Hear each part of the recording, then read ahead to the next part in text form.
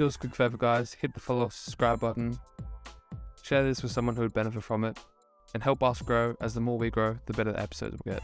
Thanks, guys, for helping us. And let's get into the episode.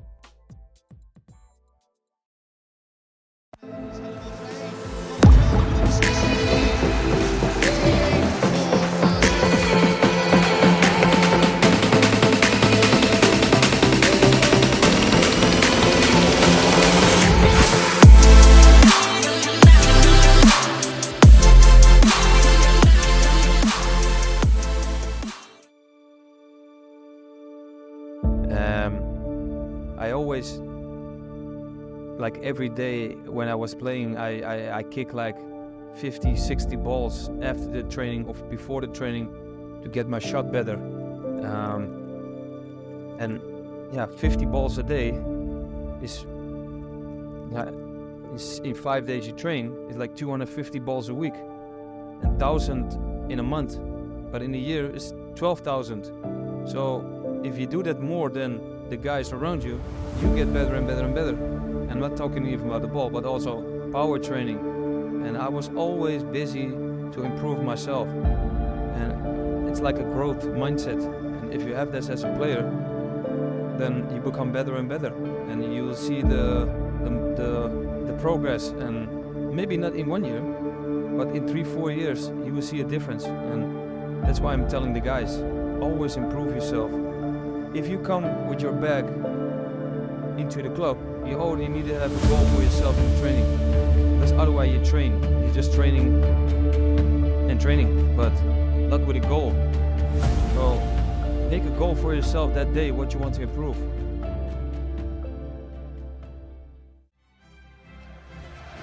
And he's here. He is here. Cristiano has entered the building. Welcome, wherever you are, to the Old Trafford Theatre.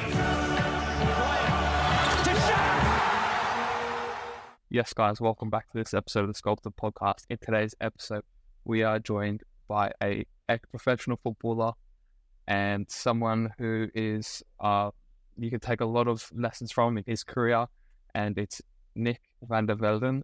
And Nick, thank you so much for your time today. It's an honor for us to be speaking with you. And if you could give a quick introduction to our listeners, to who you are and a little bit about your career, that would be awesome. I'm 41 years old at this moment. I played 16 years professional football. I'm a dad, have a wife and 2 kids, living in Holland, Amsterdam, and it's nice to be here. If you have questions, just please ask me. All right. So let's go into the first few little questions that I've got personally, and Val as well. If you ever have a little question, feel free to butt in as well. But Nick, what was your earliest moment in football or as a kid where you started to realize that you wanted to make it to the top, play for the biggest teams in the world? And what was that first initial spark that you can remember? First, I just play in the streets, and it was like fun, and every day was fun on the streets. But at a certain moment, I come into the academy of Ajax, the youth academy of Ajax, and then it was in '95, and there was that was the year with Louis van Gaal, who won the Champions League, won the World Cup, and for teams, and become champion. So he had the triple.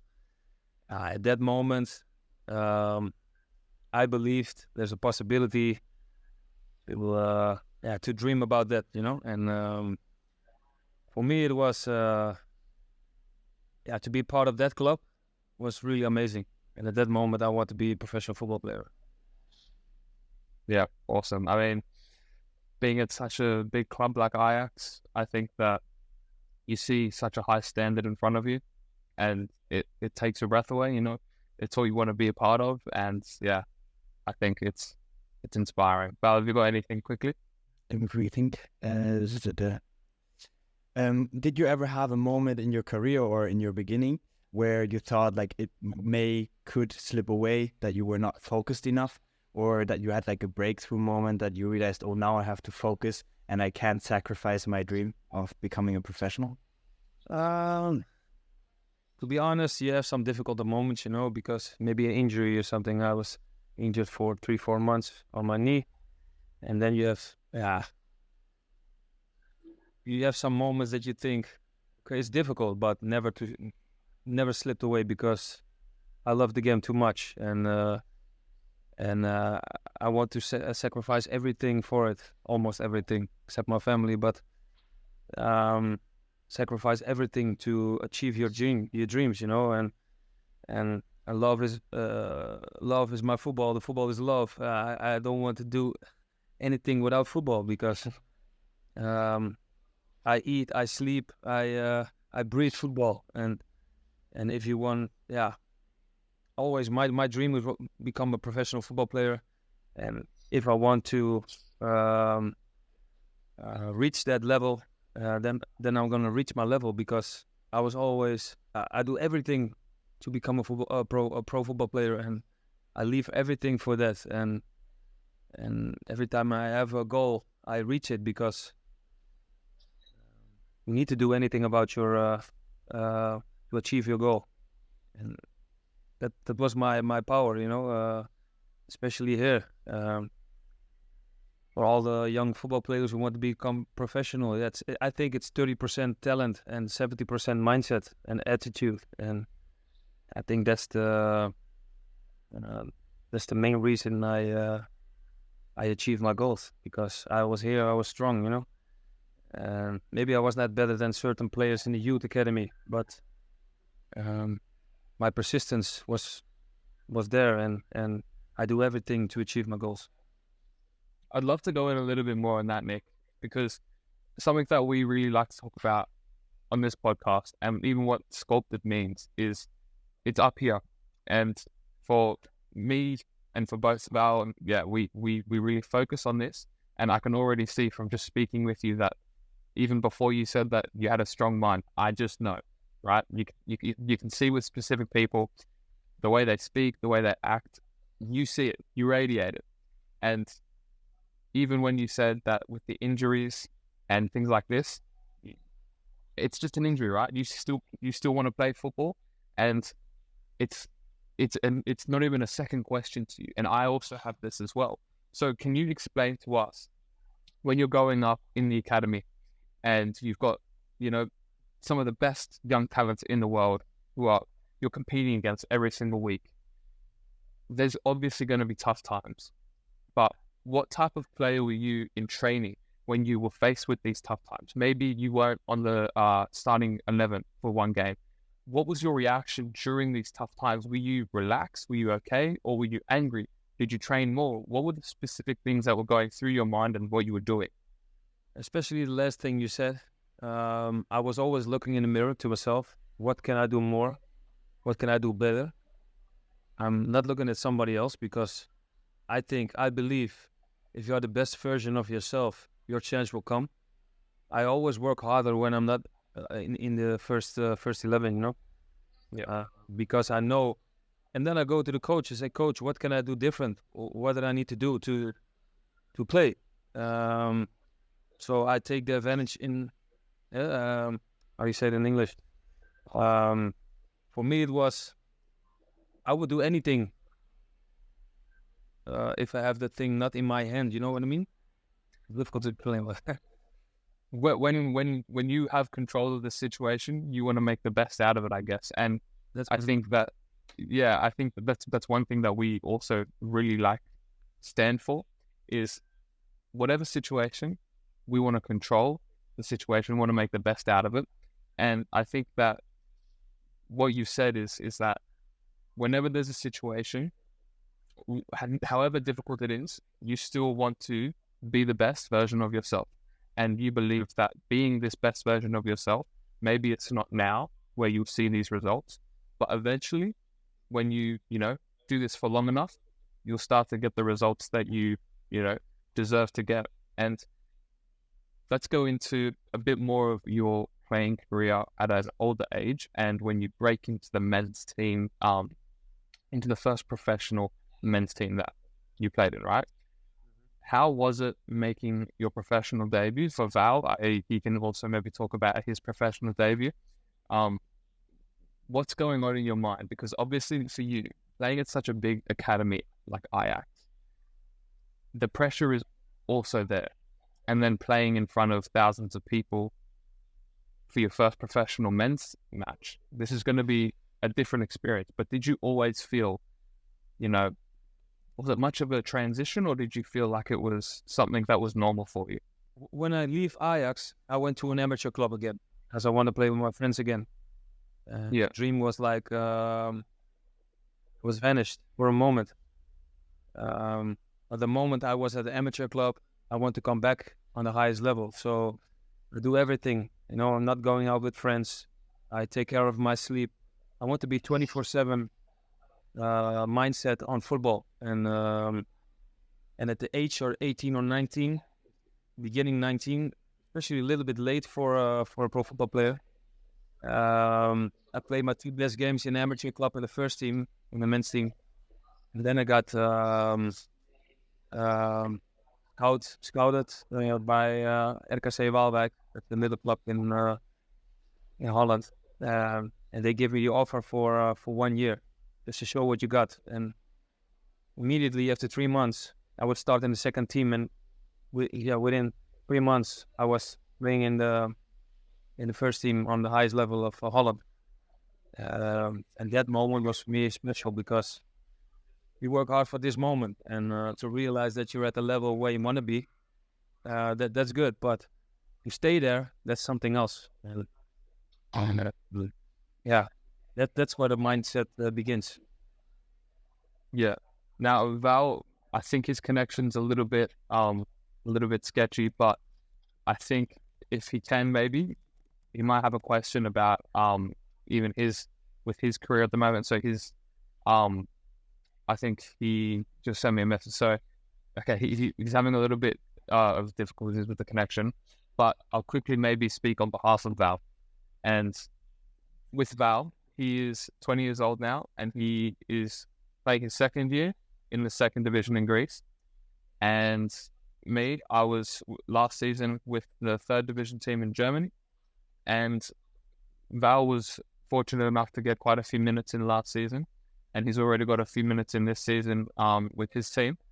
And for instance, with Val, he had a similar experience where I think there was a part in Val's career where he started to flip the switch a little bit. And this was earlier in his career. And you've said that in your career, when you went to the semi-professional club, you still kept doing all of these things. Professional, you still were as dedicated as possible. And I think that this is very important. And the question that I want to go into next is, when you mentioned that you think that staying at the level is harder than getting there, which I also think is true, because you hear a lot of people saying this. Now that you were at that level, what did you find the most difficult thing was to actually stay at that level? Was it the training? Was it being in the starting 11? Was it performing? What was the most difficult thing to stay in the squad, or even, find the next club to progress? This question is for me, right? Yeah, sorry. Yeah. I think, to stay in the first 11 and to show your best every game, and to be the most consistently player in the squad. At a young age is difficult, because you always get a fallback, always like this, because at the beginning you're very focused as a young kid. But afterwards, what happens when it's a little bit with the media attention, with the fans, they have something to say to you. So how can you deal with the pressure? And it's normal that a young player have a setback, but eventually it's what separates from the greater players is the mindset. So to stay at that level and play consistently and always be fit and always be good at the game. So I think that's the most hardest part, and how you deal with setbacks. I think that's the hardest part as a pro football player. But for me, because I like the game so much, and immediately when you play for 60 or 80,000 people, at the beginning it's a little bit, oh, that's nice, man.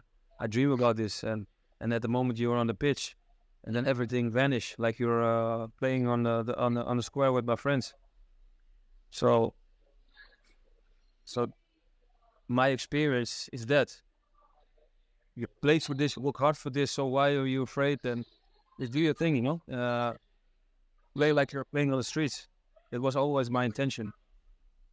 Yeah. Okay. So the transition that you took, Yeah, it was football. You know, this was what we like.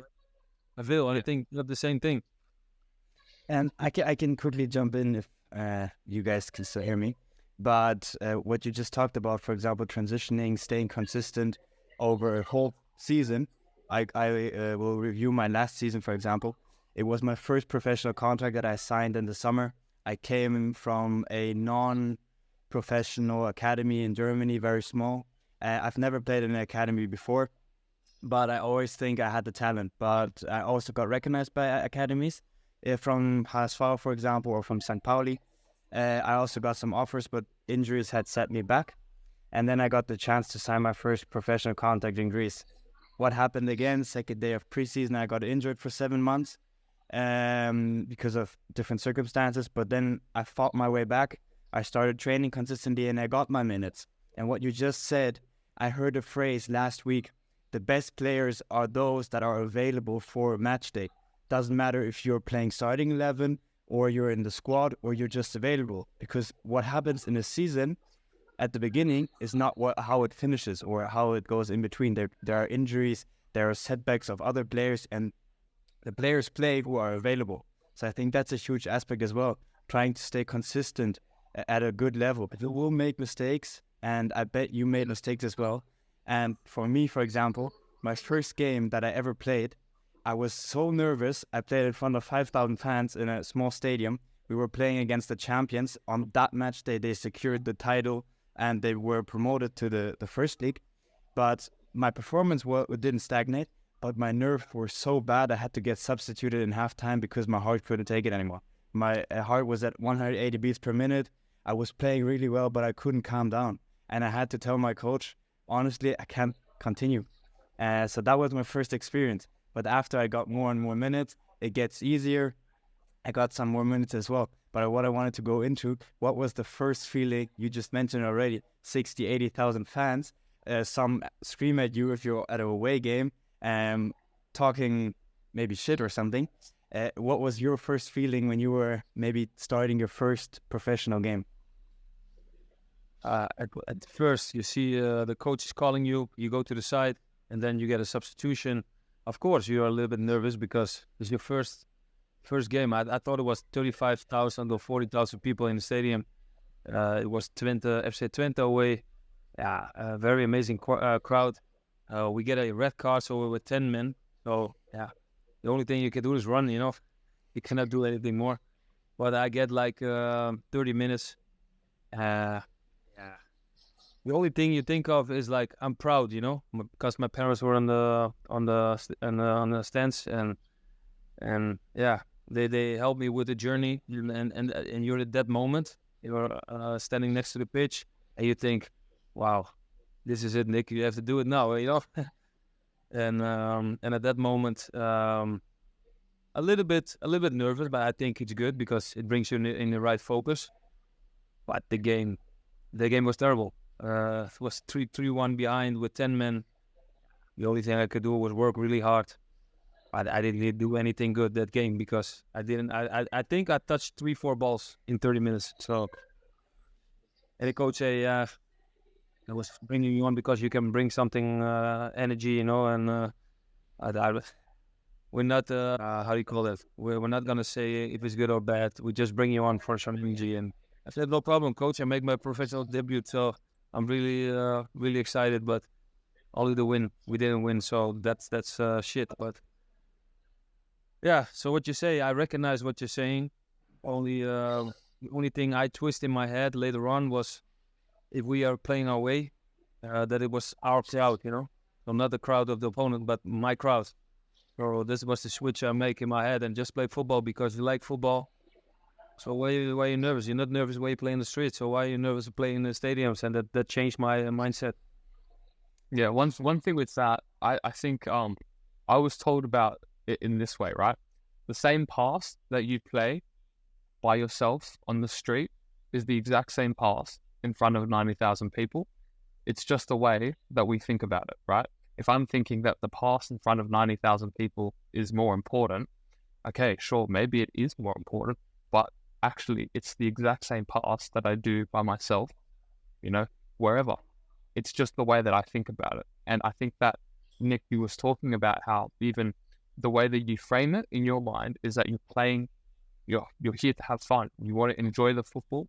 And I think that for me as well, this is the best way that I found to deal with these types of moments, because I think we can all remember just having the best time of our lives, playing football, enjoying, kicking about. And this is what brings us joy, And then as soon as we go into an environment where there's so much pressure, some people, they crack, right? But the way that I've found that I can deal with it the best is by just enjoying myself. Whatever happens, I can deal with. But for me to play my best, I know that I need to be having fun.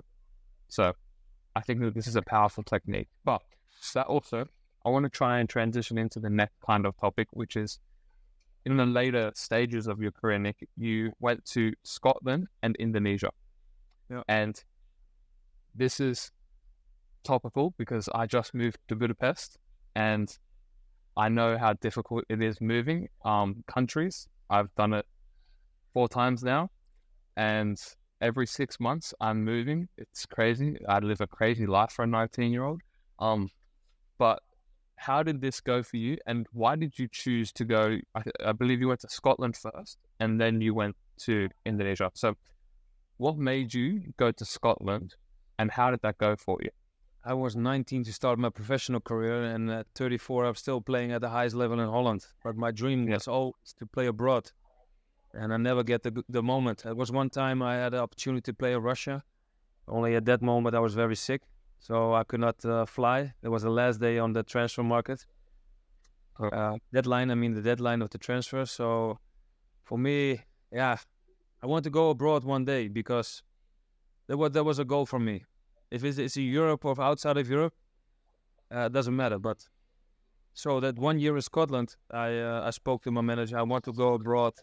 So Dundee United said, let's play one day trial. You're 34. I want to see how fit you are. Or at that moment, I was at my fittest. So I always take care of my body, and still playing sometimes, but not at the level anymore. But there was a advantage for me. Or I was very fit, and they say immediately after 20 minutes, hey, come off, let's go, sign a contract. And then for 1 year, I only want to play 1 year, because you never know what happens after. So I was 35, almost 36, and then Bali United in Asia wants to sign me for 1 year. Yeah, what player at 36 go to Asia? It's crazy. And then I extend 1 more year. So at almost 38, I was done with my professional career, and I did everything I wanted and achieved everything I wanted in my life. And what about, if we talk about professional football? So I played in Holland 14 years. I played foreign in Scotland, and I played 2 years outside of Europe. So for me, my dream was fulfilled. You know what I mean? Yeah.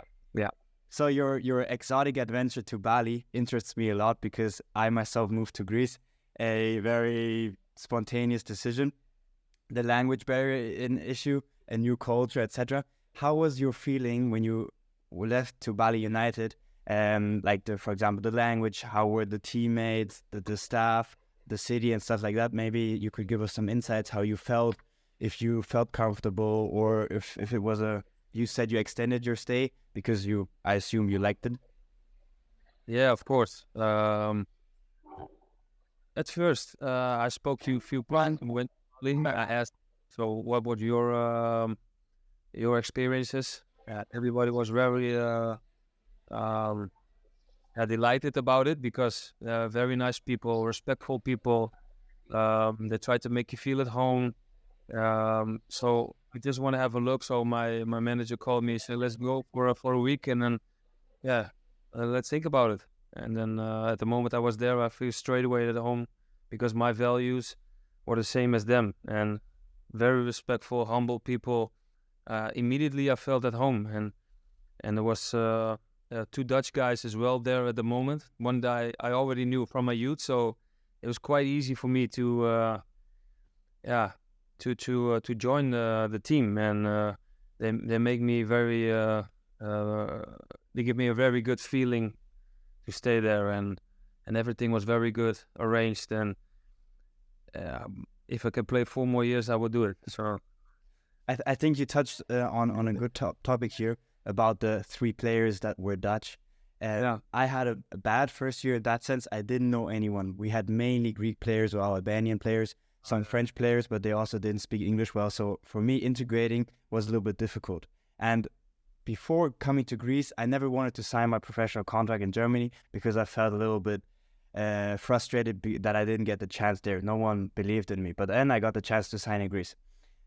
Considering now, I would consider going back to Germany because it's really different. Playing football with the language barrier is kind of hard, not understanding what your coach wants from you if he doesn't speak English. So this year, I have a better team culture in that sense. I feel more comfortable.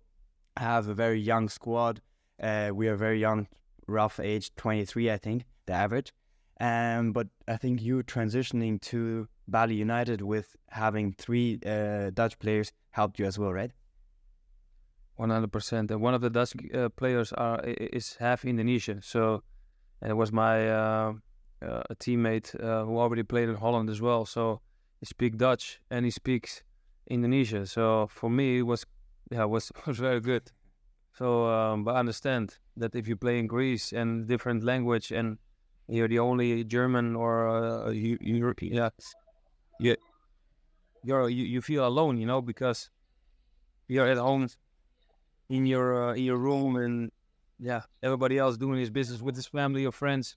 You sitting at home alone, and maybe do some fitness for yourself. But it's very hard, I think, because so.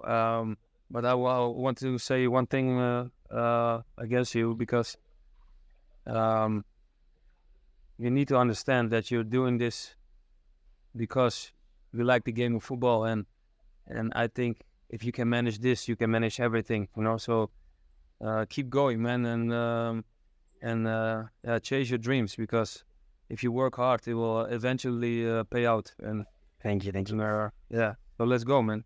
I will. It's the only thing I can say. Yeah. I have 2 things that I want to talk about, which is also, I think, as we have kind of already established, we're all in a similar situation in our careers, right? For me, I won't go too much on about the main thing that I want to know, because I've gone through this recently.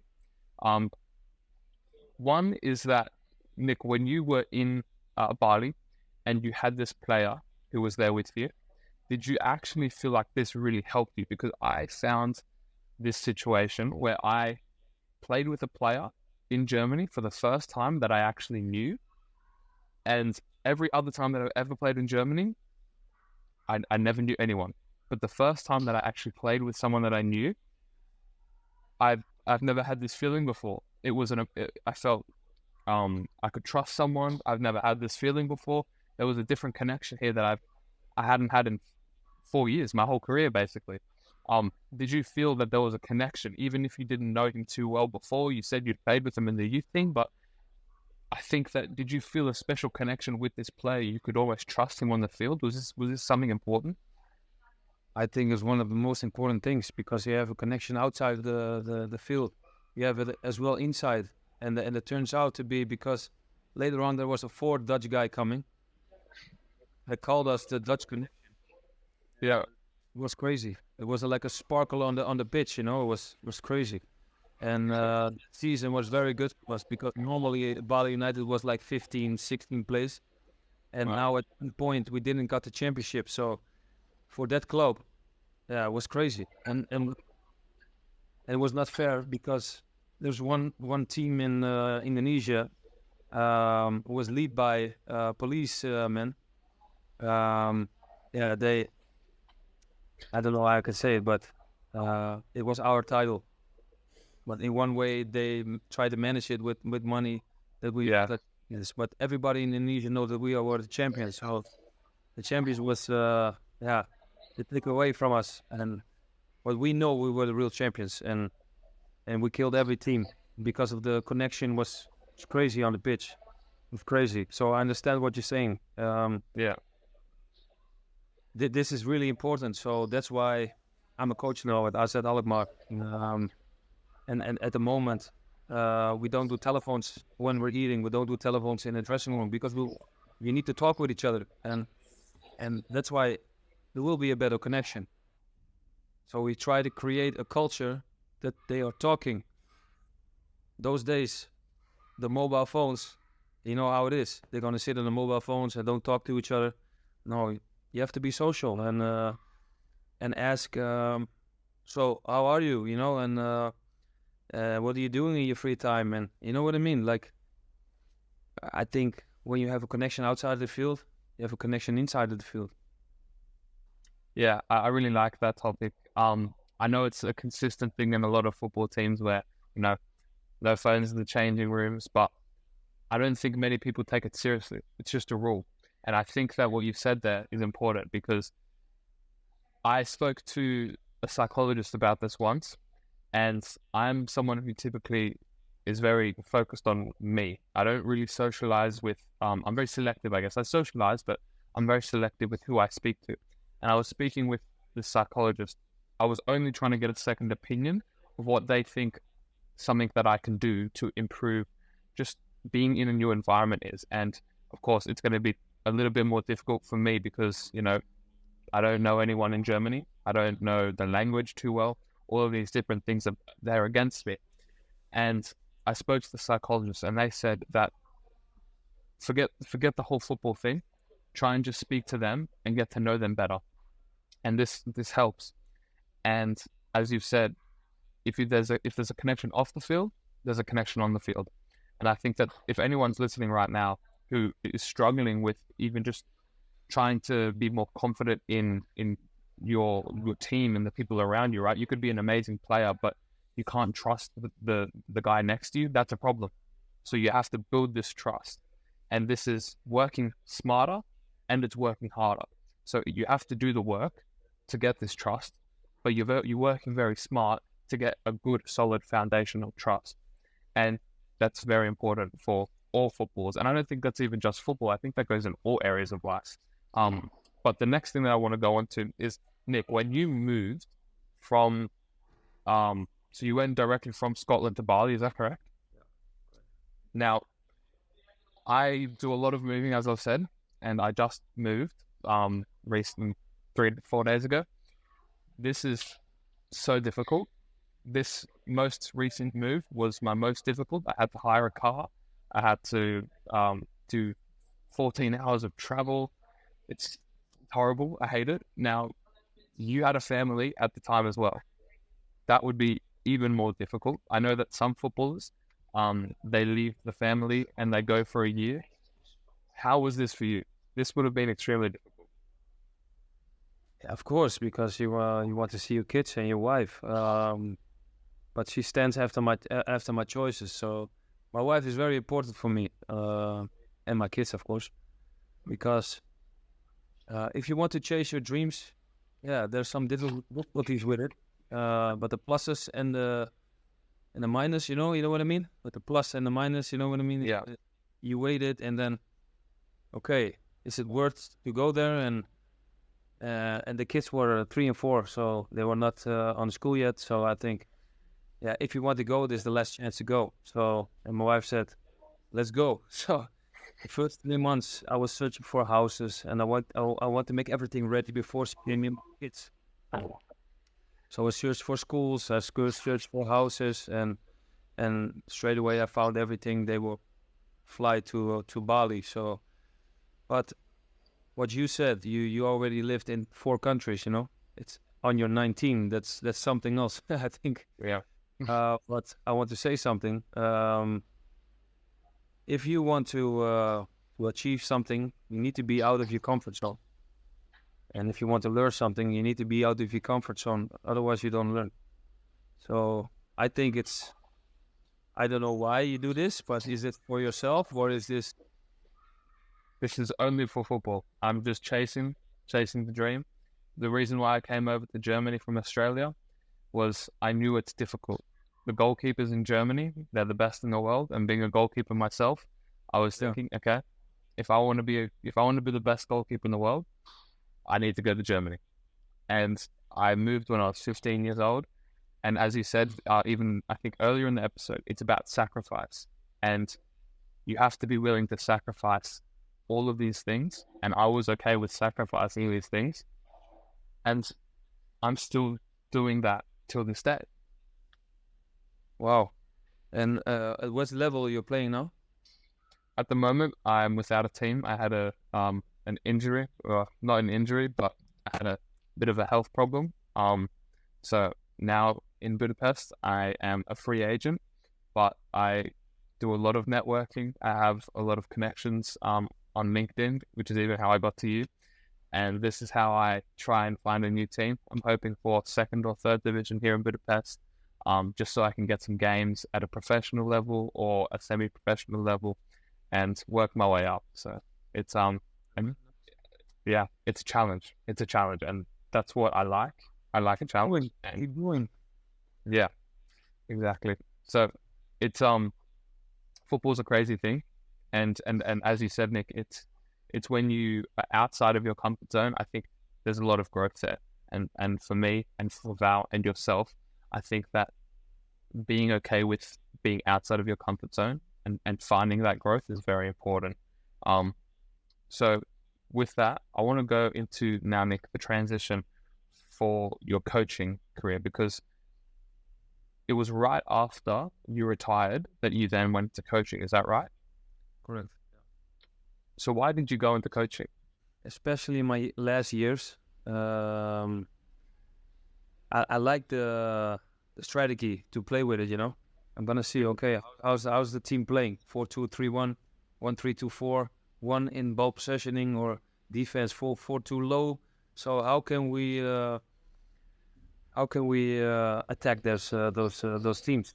So I'm at home and I'm thinking about strategies, and I feel like, okay, I like this, man. This is very challenging, and so how can we get the games, and how can we? It's like chess, you know. Think 3 steps ahead. How can we create spaces at the moments on the field? So for me, it was like in the last years, I take also the younger guys with me under my wings, because I know how I was at a younger age.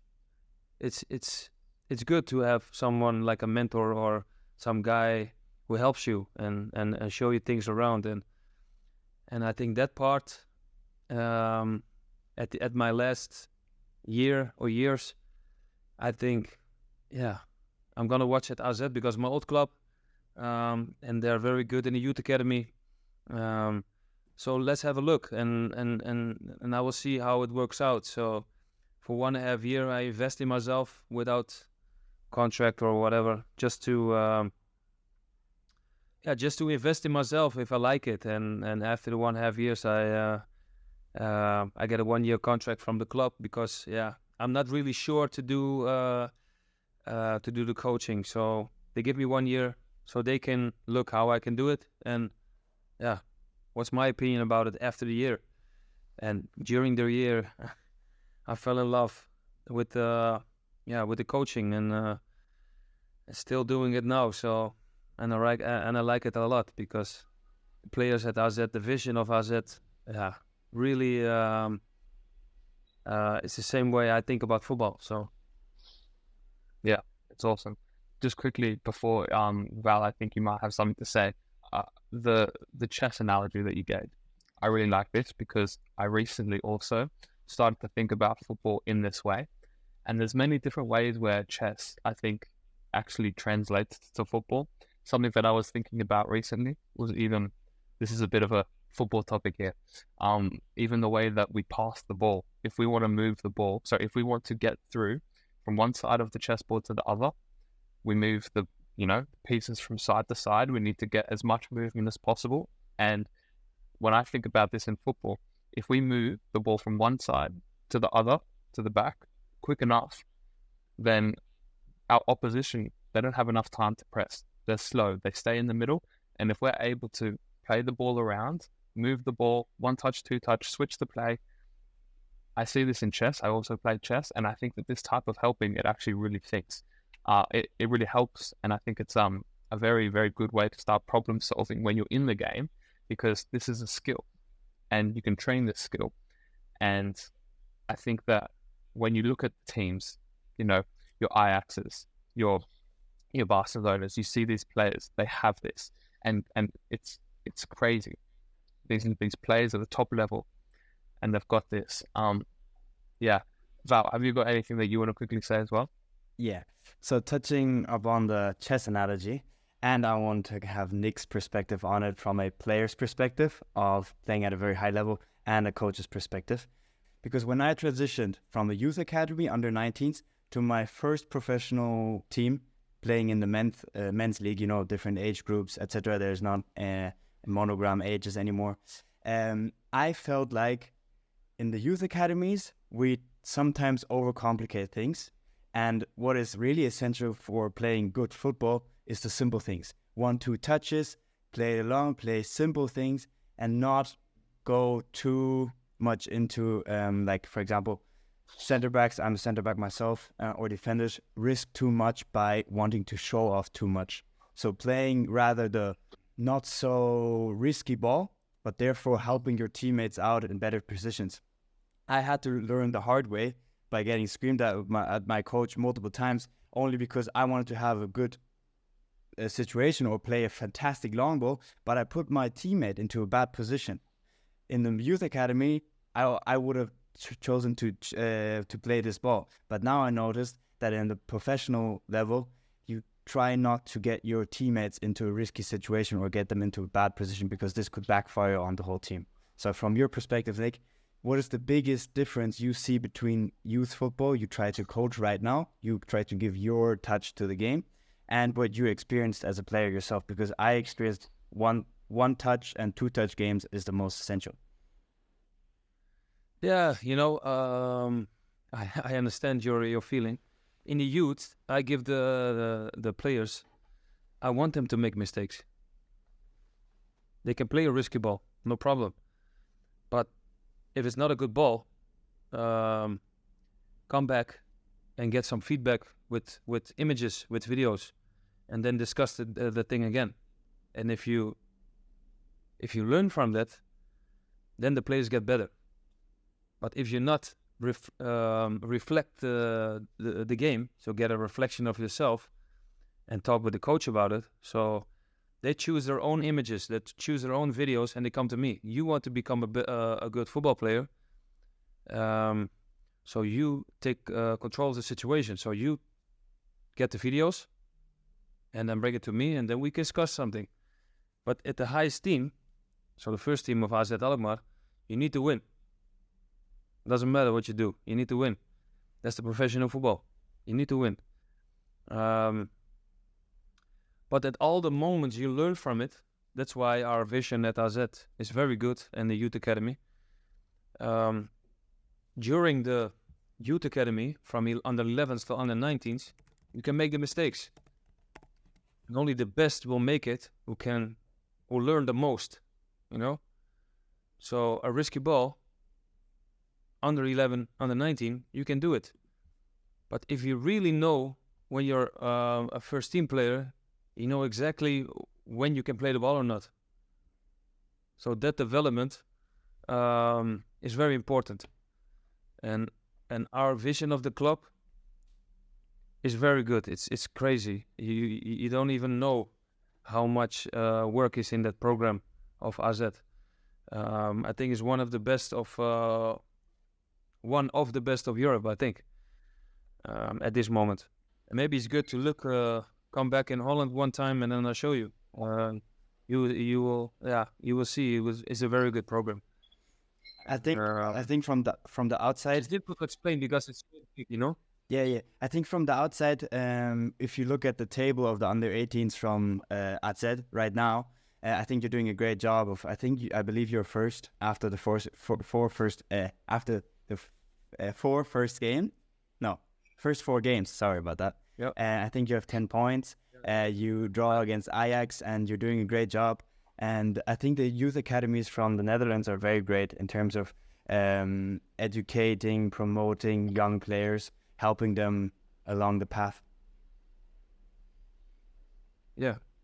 I was just going to say that one thing that I think is it's a difficult skill, and Nick and Val, you might disagree or you might agree, but you both spoke about how the approach when you're in the youth changes when you're in the first team. Now, for me, what I actually try and do is not that, because I want to. Now, as a goalkeeper, maybe it's different because you do have to be safe a lot of the time, but I also don't mind making those mistakes if it's the right play. Now, maybe this is also because in the clubs that I was grown up in, they expect you to, play these balls. If you make the mistake, if it's the right pass, but maybe your technique was a little bit off, or maybe, it just wasn't the right day, whatever it was, I still, even when I'm with the first team, with my old team, when I was with the first team, I still would try and play these balls because I knew that it was the right thing to do. And maybe in an actual professional game, it's going to be a little bit different. Maybe I will adjust naturally. You don't want to make a massive mistake. But I think that also it's a very good skill to, and maybe Nick, you can talk about this with your career. Maybe you started off playing it more safe, and then later in your career, you felt like you could play these balls and you were having fun. If it's a mistake, it's a mistake. You can deal with it. But is this something that you noticed in your career? Did you start off playing it safe, and then when you got more confident with the team, with your playing style, did you then start to be more creative and experimental, or was it more consistent? Yeah, I think because it was difficult because as a young player, you need to find your way in the team, and when you're at a young age, of course, as a higher level, than I was used to. So you're not playing your own game. And at the moment, my friends saw me playing in the stadium, and they know how I can play. They say, "You're not yourself.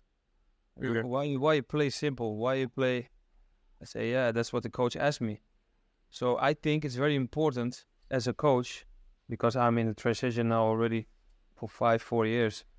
I give the players the confidence to play, make mistakes, The freedom to play, yeah? of course, because give them how do you call that?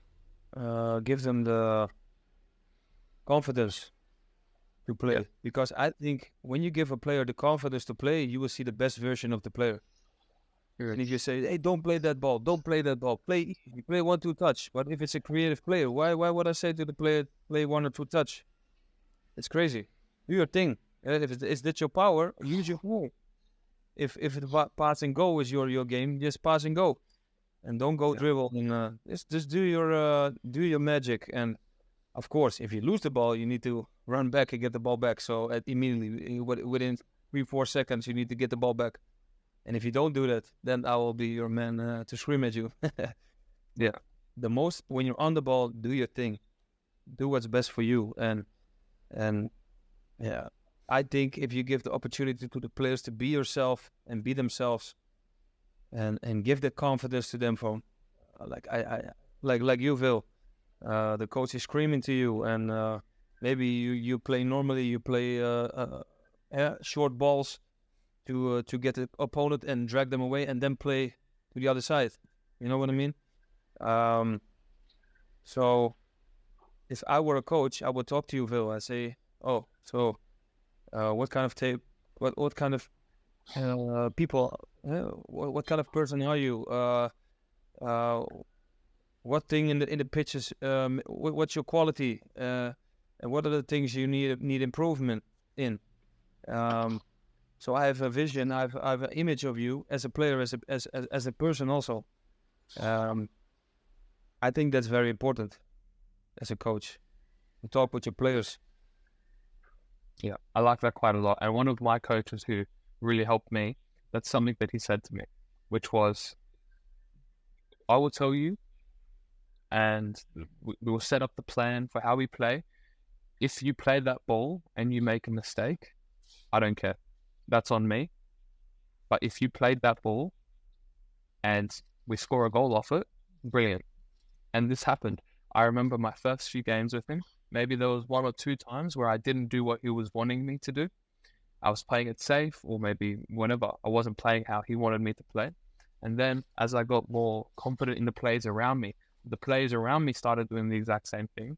Then together, we started to play much better football, because we knew that if we made a mistake, it doesn't matter, because we wanted to play the best football as possible, which the coach instilled in us. And I think that this is exactly what, Nick, you're saying.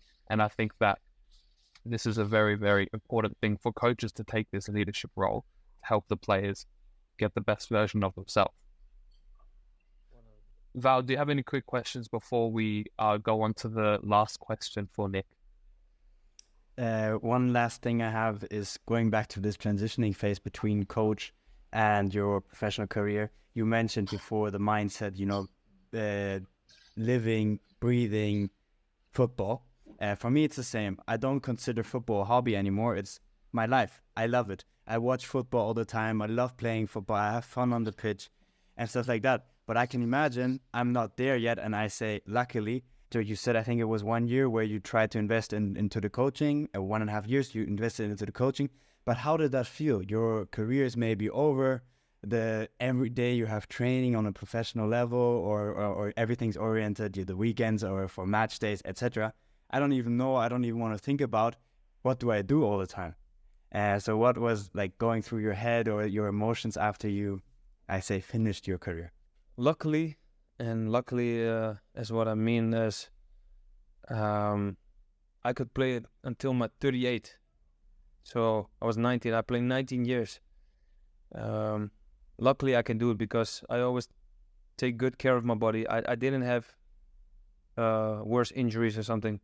Just my team meniscus, my knee, and an operation on my stomach at the lower part, of the stomach, and that's it. And I was always fit. So luckily, I can play 19 years or 18 years, and for me, it was done because I reached everything I wanted, and the body at the moment says it's enough. It's enough like this. Of course, I was sad because I couldn't play football anymore at the highest level. But I think the only thing I wanted was to play professional football. And then you set a new goal, I want to get some prizes. So I was champion of Holland one time. I get the Cup of Holland. I get another Cup of Holland. In Scotland we get a cup. Almost champions in. I played Champions League, Europa League. So for me, it was good. It was like, okay, I finished it. It was done, and immediately I go to coaching. So, and that's the nearest thing next to football is coaching, because you're on the pitch, and I'm a guy. I need to work on the pitch. I'm not a guy who sits after his laptop, and I'm not that type of guy. I want to take responsibilities. I want to be leading in certain things. So the coaching is the best way for me after the football experiences. But yeah, of course, it was sad because it was really, really quick. The time, 19 years, it was like this, and it was over. So that's why I'm telling the players. Sometimes players don't want to train. I said, believe me. Enjoy that you're every day on the pitch, because maybe you get an injury. You never know. So be humble and always be how do you say that? Always be gladful that you're on the pitch, because there might be a day you can't be on the pitch anymore. So enjoy every day, man, and that you're on the pitch, you can play a ball and doing what you like. Because I remember it was an older player who said, he was 34 at the moment and I was 19. He said, enjoy, because 15 years is like this. I said, no, man, 15 years is a long time. No. And then every day when I stopped, I was thinking like, again, because the guy told me that it was really quick, and that's true. So I tell my players, enjoy every day, man. Enjoy every day when you're on the pitch. For sure. Because that's the most important thing. And pray every time you're on the pitch, because you never know when it's your last day to stand on the pitch. And if you have that mindset and enjoy the game every day and want to get better every day, even if it's 0.5%, you know, try to do your best and develop every day. Listen to older players, ask questions to older players and coaches. And the most important thing, I think, is to get people around you have the same goal, because they can lift you up when you're down and lift each other up every time. And I think that helped me a lot. Yeah, amazing. I think that's very, very true. And that's how myself and Val, even we got connected, was through LinkedIn. We see each other in the same, we're pursuing the same dream. And together we grow. We have a podcast now, and I think it's very important. But with the episode almost reaching the hour mark now, I want to go into the last question for you, Nick, which is 3 ways which you sculpt yourself every single day. And this is talking about anything, right? Any way you mentioned even just before, improving by 0.5%. What are 3 ways that you try and make sure that you improve every single day? I'm always curious what I can do better about myself. So maybe the food or the sleep or certain situations in the pitch, you know. I always try to talk to my players. Even when I was playing with him, it was like, if I have the ball, what do you ask? What do you want from me? You know, what is the movement you make? So if you talk to the players before the game, they have a certain structure within the game. I always, like every day when I was playing, I kick like 50, 60 balls after the training or before the training to get my shot better. And 50 balls a day is in 5 days you train, is like 250 balls a week, and 1,000 in a month. But in a year is 12,000. So if you do that more than the guys around you, you get better and better and better. I'm not talking even about the ball, but also power training. And I was always busy to improve myself. And it's like a growth mindset. And if you have this as a player, then you become better and better. And you'll see the how do you say it, ontwikkeling? Progress? Progress, yeah, sorry. Yeah. German, a little bit German. The progress, and maybe not in 1 year, but in 3-4 years, you will see a difference. And that's why I'm telling the guys, always improve yourself. If you come with your bag into the club, you already need to have a goal for yourself in the training. Because otherwise you're just training, but not with a goal. So make a goal for yourself that day, what you want to improve. And if you keep doing that, you get better and better and better, and nobody can stop you. Yeah, like Cristiano Ronaldo. It's an example for a lot of football players. Sure. Yeah, I love it. I think that you've said a lot of very good things for, a lot of our listeners, young footballers. Some of them, they'll be taking notes, right? I'm taking notes. There's a lot of good things in here. So Nick, thank you so much for your time today. It was an absolute honor to even speak with you and to have an hour of your time. And we really appreciate everything. I'm not too sure if Val's still on. He told me his connection's a little bit shaky, but He says thank you as well. If I can see him, but I don't know if he can actually speak. Yeah, but yeah, again, thank you so much for your time today. It was amazing. Thank you. Thank you guys, and I want to wish you the best, and keep going and improve yourself. And Yeah. don't let nobody tell you that you can't do it, because you can. Yeah, another. Thank you so much again, Nick. I really appreciate it.